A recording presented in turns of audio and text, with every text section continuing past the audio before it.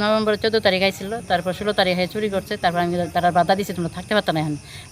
যারা চুরি মোটর চুরি করছে তারা সবাই আইছে যে আপনি বাড়িটা উড়াই দেন, কিন্তু আমি উড়াইতে পারছি না, গেলে তারা উঠতো না।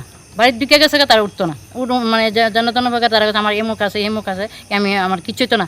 আমি বলছি না, উঠতেই হবো তোমার। এরপর লাস্টে দেয় হেরা মানে 2 মাস 3 মাস জায়গা, কিন্তু আমার তারা কথা শোনে না। বাড়ির যেহেতু ঢুকে গেছে, আমি ওরা কইতেছে কিচ্ছু হতো না। আমি কিছু না হলে তোমার উঠতে হইব, তুমি চুরি করো তো আমি কোন দিন কোন চুরি করবা, এবং ভাড়া মানুষ দেখবো আমার সুরে ভাড়া দিছি, তুমি উঠো। এমন করতো 3টা মাস গেছে, 3 মাস যাওয়ার পরও তারা উঠে না।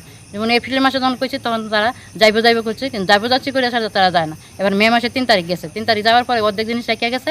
আর বাকি যখন আইসে নিতে বললে, তখন আমার দোকান একটা ভাড়া ছিল, তখন কইছে তুমি সিকিউরিটি তোমার টেয়া দিব, কিন্তু আমি ভাড়া দিয়ে যাও। ও না দিতাম না, এই ধাক্কা দেওয়া ফেলাই দিচ্ছে আমার। তখন আমি কইছি না, তোমার তালা দিতে হইব, আমি তালা দিব, তুমি তো পারতো না জিনিস। তখন আমার লোক বাসা রাস্তার মধ্যে, মানে দোকানের সামনে বাজারের মধ্যে কথা হয়েছে।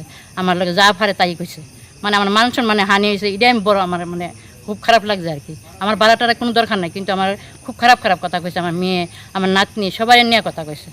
এইটাই আমি চাই, বিচার চাই। আজ থানাতে আসলেন কেন? থানা তো আইসি স্যার, ওই যে বেজাল করতেছে স্যার, বেজাল করছে, আমার জাকাতে ফেলাই দিছে, আমার তালা দিতে পারছে না, তালা দিতে দিছে না, আমার জিনিসপত্র মানে জোর করে লিয়ে গেছে।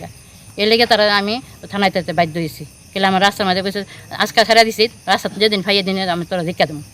কেমনি কি টাকা মুসলি সেই মানে বউটা, তারপরে তার স্বামী স্ত্রী মায়াটা, তারা 3জনই যে আমরা বকছে।